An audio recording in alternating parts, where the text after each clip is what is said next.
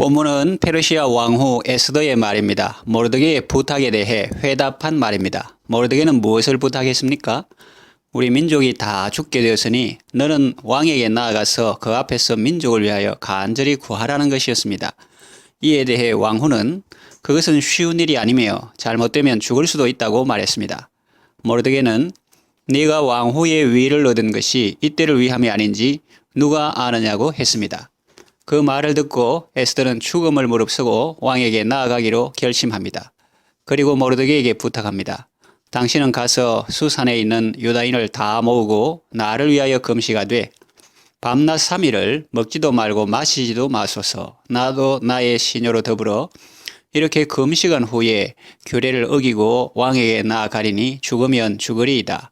이렇게 에스더와 모르드게와 유다인들은 기도했습니다. 그들이 기도하며 금식하며 기도했을 때 어떤 일이 일어났습니까? 첫째로 하나님께서 왕의 마음을 호의적으로 변화시켜 주셨습니다.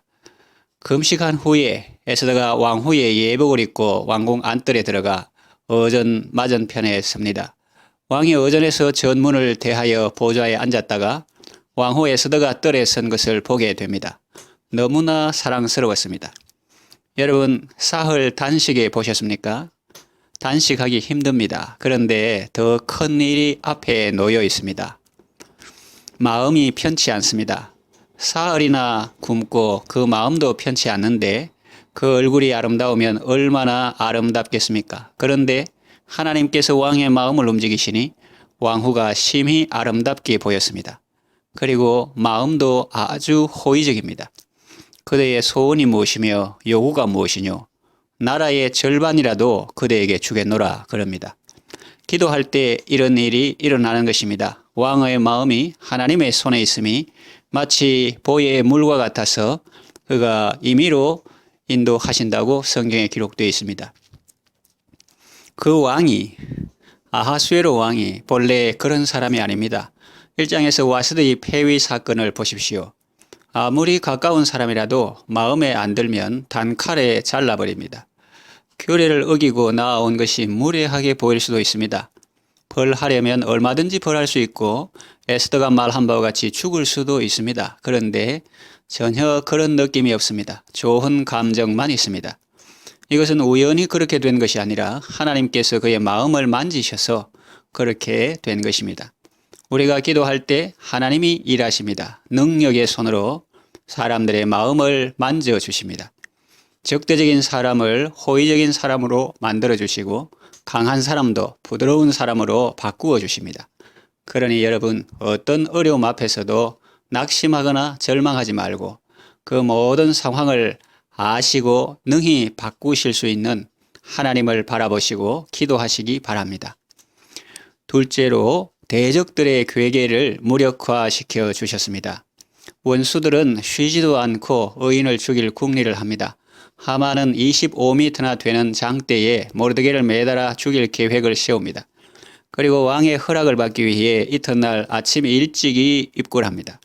그런데 지난밤에 또 잠 못 이룬 사람이 한 명 있었으니 그는 바로 이 나라의 왕인 아하수에로입니다.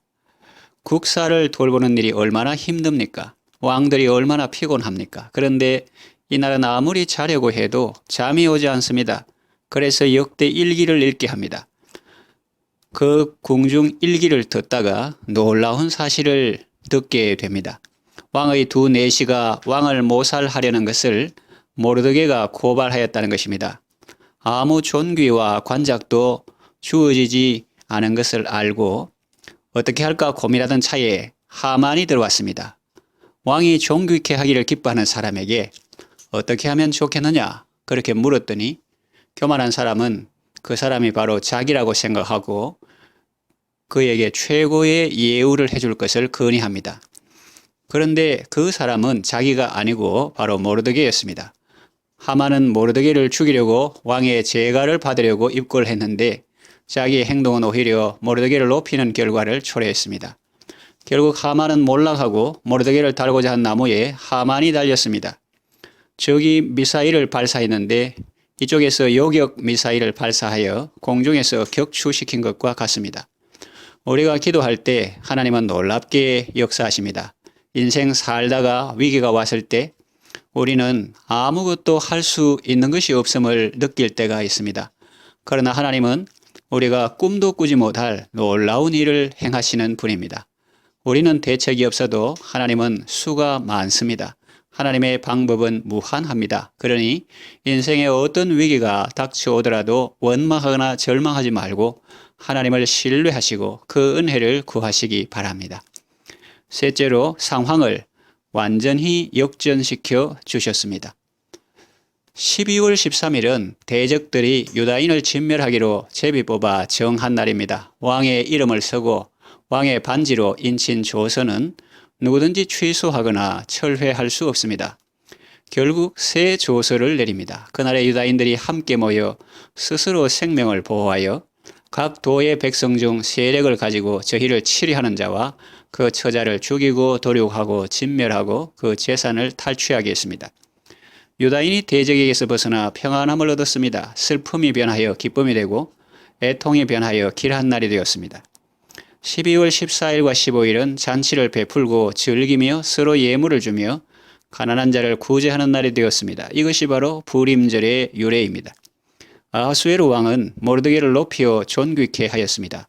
그는 페르시아 제국에서 2인자가 되고 유다인 중에 존대하여 그 많은 형제들에게 사랑을 받고 그 백성의 이익을 도모하며 그 모든 종족을 안위하였습니다. 이것이 에스더서의 결론부 내용입니다. 하나님은 악인을 심판하시고 하나님의 은혜를 구하는 자기 백성들의 기도를 들으시고 그들을 구원하셨습니다. 불의한 권세가 잠시 득세할 수는 있습니다. 그러나 그것은 오래 가지 않습니다. 사람을 두려워하지 말고 그들을 세우기도 하시고 패하기도 하시는 하나님을 두려워하고 하나님을 경외하십시오. 그분을 신뢰하십시오. 불의와 타협하거나 복종하지도 말고 하나님께 은혜를 구하십시오. 그러면 하나님께서 살려주시고 건져주시고 구원해주시고 존귀한 삶을 살아가도록 인도해 주실 것입니다. 말씀을 정리합니다. 우리가 기도할 때 하나님이 일하십니다. 합심하여 금식하고 기도할 때 하나님이 역사하십니다. 환난 날에 나를 부르라고 말씀하셨습니다. 환난 날에 기도하면 하나님께서 그와 함께 하시고 그를 어려움에서 건져주시고 그를 더욱 영화롭게 해주십니다. 그러므로 우리는 슬픈 마음이 있을 때에 예수님의 이름을 믿어야 합니다. 환난 시험 당할 때에 주께 기도해야 합니다. 아무리 어렵고 힘든 상황이 닥쳐온다 할지라도 결코 낙심하지 말고 기도로 승리하시기를 바랍니다. 기도합니다. 하나님 아버지, 환난 날에 나를 부르라고 명령해 주셔서 감사합니다.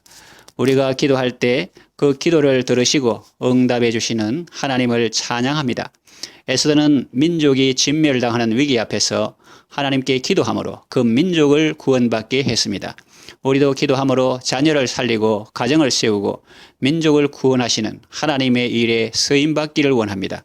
위기를 만났을 때 원망하거나 낙심하지 않고 하나님을 바라보며 믿음으로 기도하게 하시고 하나님의 은혜로 승리하는 삶을 살게 하소서. 예수님의 이름으로 기도합니다. 아멘.